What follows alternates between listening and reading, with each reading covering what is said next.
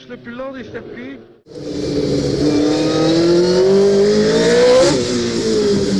안녕하세요, 키미TV입니다. 현재 F1 레이스카에 타이어가 4개라는 것은 더 설명할 필요 없는 상식입니다. 하지만 바퀴가 6개인 6휠 레이스카가 실제로 F1에 존재했었고 그랑프리에 우승한 적이 있습니다. 그 레이스카는 바로 티렐의 P34입니다. 과거 1970년대의 F1은 현재와 달리 차량 규정이 비교적 엄격하지 않았으며 각 팀은 지금보다 훨씬 더 공격적인 아이디어로 차량을 개발하여 경쟁력을 얻고자 했습니다. 이로 인해 때때로 레이스 트랙에서 독특한 외형과 새로운 방식의 기술로 역사에 이름 남긴 차들이 많이 있으며 F1 1976년에서 77년 시즌에 활약한 티렐 P34는 그러한 레이스카 중 하나였습니다. 여기서 티렐 팀에 대해 간단히 설명하자면 F1에서 70년대 전성기를 보낸 팀으로서 1999년 BAR에 인수될 때까지 F1에 참가한 팀입니다. 티렐에서 활약한 대표적인 드라이버로는 F1 3회 챔피언에 빛나는 스코틀랜드의 레전드 제키 스튜어트가 있습니다. 이번 시간에는 F1에서 활약하고 우승까지 기록한 유일한 6휠 레이스카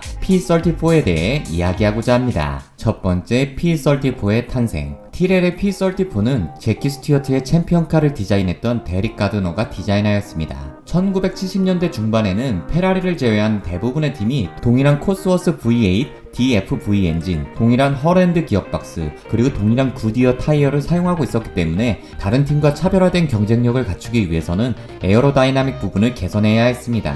1970년대 중반의 F1에서는 프론트 윙의 너비를 최대 1.5m로 제한하였습니다. 이 당시의 기술로서는 드라이버의 다리와 서스펜션 등을 수용하기 위한 충분한 공간이 필요했기 때문에 프론트 타이어는 프론트 윙의 측면과 위쪽으로 돌출되는 구조였습니다. 이로 인하여 오픈인 레이스카의 단점 중 하나인 프론트 타이어의 항력이 크게 발생할 수밖에 없었습니다. 이런 상황에 고민하던 가드너는 1973년 파격적인 6륜 F1 레이스카를 개발하기 시작했습니다. P34의 기본 개념은 프론트 윙에 완전히 가려질 수 있을 정도의 작은 타이어를 사용하는 것이었습니다. 하지만 작은 타이어는 접지 면적도 그만큼 작아서 그립이 쉽게 감소하는 문제가 생겼습니다. 1975년에 첫 선을 보인 티렐 팀의 P34는 이러한 문제점을 개선하고자 프론트 윙에 가려질 수 있는 10인치의 작은 타이어 4개로 프론트를 구성하였습니다.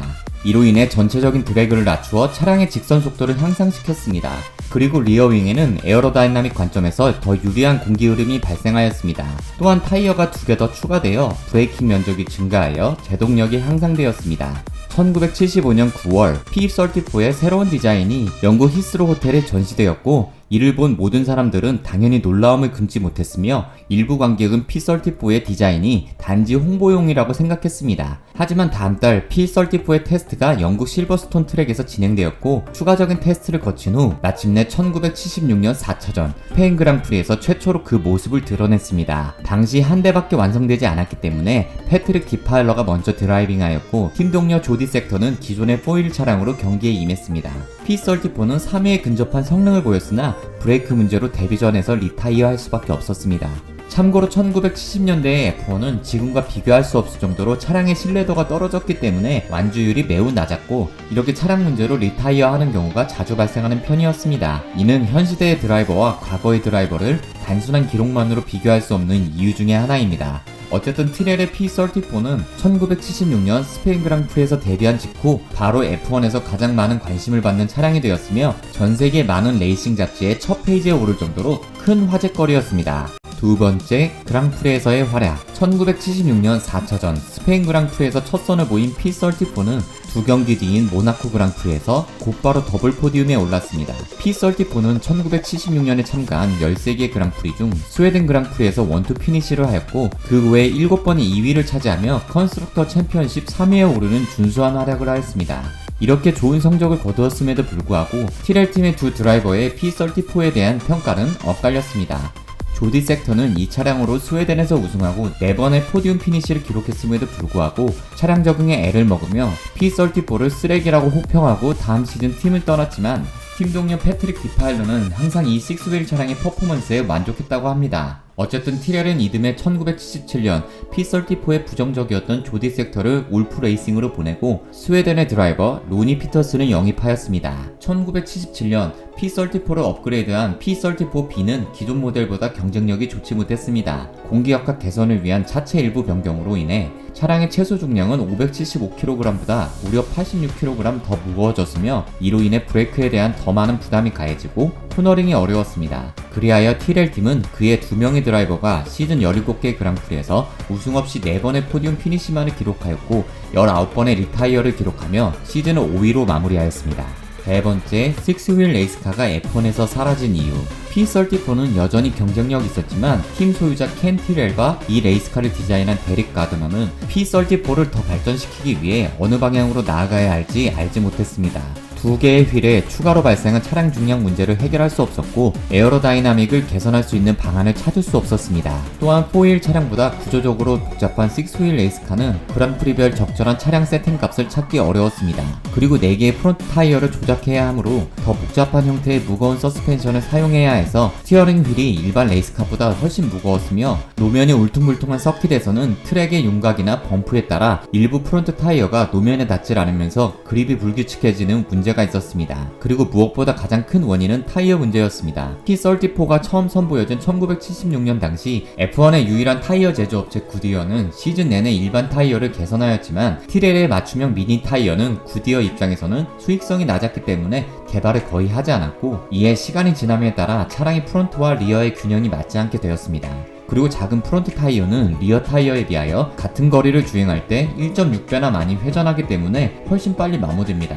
이는 레이스카의 프론트 그립을 급속히 떨어뜨리기 때문에 레이스 후반에 문제가 되었습니다. 또한 피트에서 타이어 교체 작업에도 비효율이 생겼으며 더 빠르게 회전하는 타이어를 제동하기 위하여 브레이크의 부담이 커지고 냉각에도 문제가 발생했습니다. 그리하여 1978년부터 티렐팀은 더 이상 P34로 F1에 출전하지 않기로 하였고 이렇게 F1 그랑프리에서 유일하게 참가했던 6휠 레이스카는 2년간의 짧은 활약을 마쳤습니다. 종합적으로 보자면 P34의 전반적인 컨셉은 당시로서 환상적이었지만 이를 개선하기에는 시간과 지원이 부족했던 것 같습니다. 이후 1983년 FIA는 F1에서 6휠 레이스카를 금지했고 이로 인해 F1에서 6휠 레이스카를 다시는 볼 수 없게 되었습니다.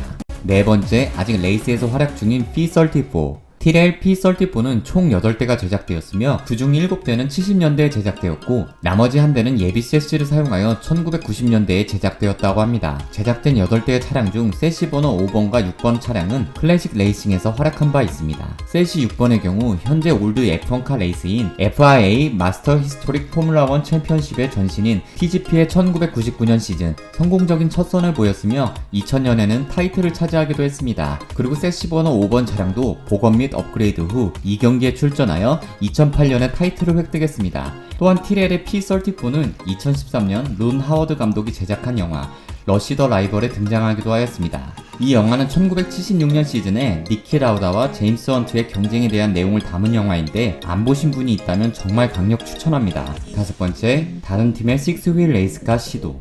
마치 엔지니어링, 윌리엄스, 스쿠데리아 페라리에서도 6휠 레이스카를 제작하기도 했습니다. 언급한 모든 팀은 P34와 달리 리어 쪽에 4개의 휠을 두도록 디자인되었습니다.